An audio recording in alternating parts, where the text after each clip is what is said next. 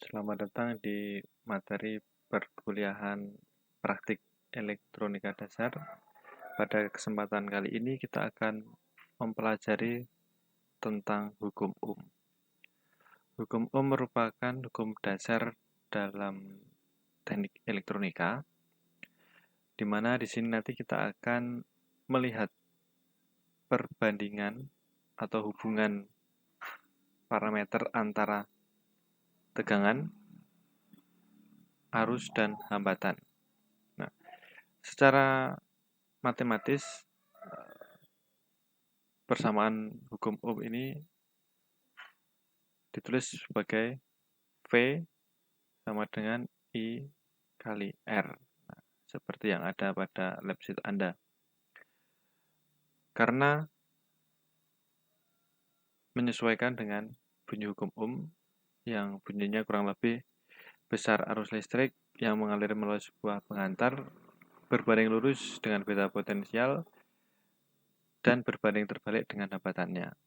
Nah, ini juga bisa kita lihat pada segitiga hukum Ohm. Nah, di sini segitiga hukum Ohm yang ada di sini, Anda bisa mengamati bahwa hubungan arus ini, ya, I yang ada di sini, ini adalah I simbol arus. Nah, itu merupakan hasil bagi antara V dengan R. Nah, seperti ini. Sehingga jika tegangannya ini naikkan, maka arusnya juga akan naik. Kemudian sebaliknya, jika resistornya ini dinaikkan, arusnya akan turun. Kemudian kalau ini resistornya kita turunkan, arusnya akan naik. Nah, sebenarnya dari persamaan ini Anda sudah akan mencermati bahwa arus ini akan berbanding terbalik terhadap resistor dan akan sebanding terhadap tegangannya. Untuk lebih jelasnya nanti Anda bisa melihat simulasi yang akan kita tunjukkan bersama-sama. Secara rangkaian hukum Ohm ini dapat kita rangkai dengan cukup sederhana, yaitu yang pertama di sini ada tegangan. Sumber tegangan di sini bisa kita pakai baterai ya. Di sini ada sumber tegangan. Kemudian ada beda potensial yang nantinya akan dialirkan ke resistor. Kemudian ada arus yang akan mengalir. Nah, kemudian di sini ini adalah sumber tegangan, bisa diukur dengan voltmeter, kemudian resistor R di sini. Nah, ini nanti nilai resistansinya bisa kita ukur menggunakan ohmmeter dan ada arus yang mengalir ini yang dapat kita amati dengan ampere meter. Untuk selanjutnya kita akan melihat simulasinya. Sebelum masuk ke simulasi, perlu diingat bahwa tegangan itu satuannya adalah volt, arus listrik adalah ampere, kemudian hambatan adalah ohm.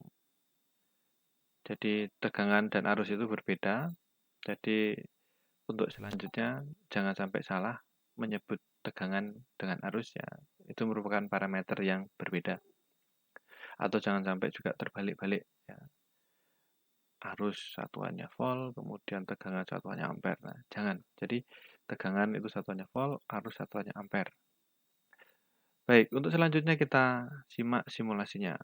Nah, sesuai bunyi hukum Ohm bahwa V sama dengan I dikalikan R, nah maka di sini kita analogikan V, voltage atau tegangan ini dengan sumber tegangan berupa baterai. Kemudian agar mengalir arus, maka rangkaian harus kita hubungkan secara tertutup. Nah, ini adalah hambatannya atau resistornya di sini atau resistansi. Nilainya nanti ohm. Nah, kemudian arusnya ini akan mengalir. Nah, dia pengantar ini.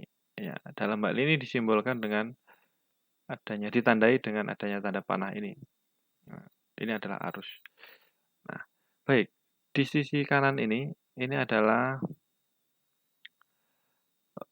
papan untuk mengatur besarnya tegangan. Nah, nanti ini bisa kita naik turunkan, kita slide untuk naik turun sehingga akan menghasilkan perubahan tegangan. Nah, seperti ini.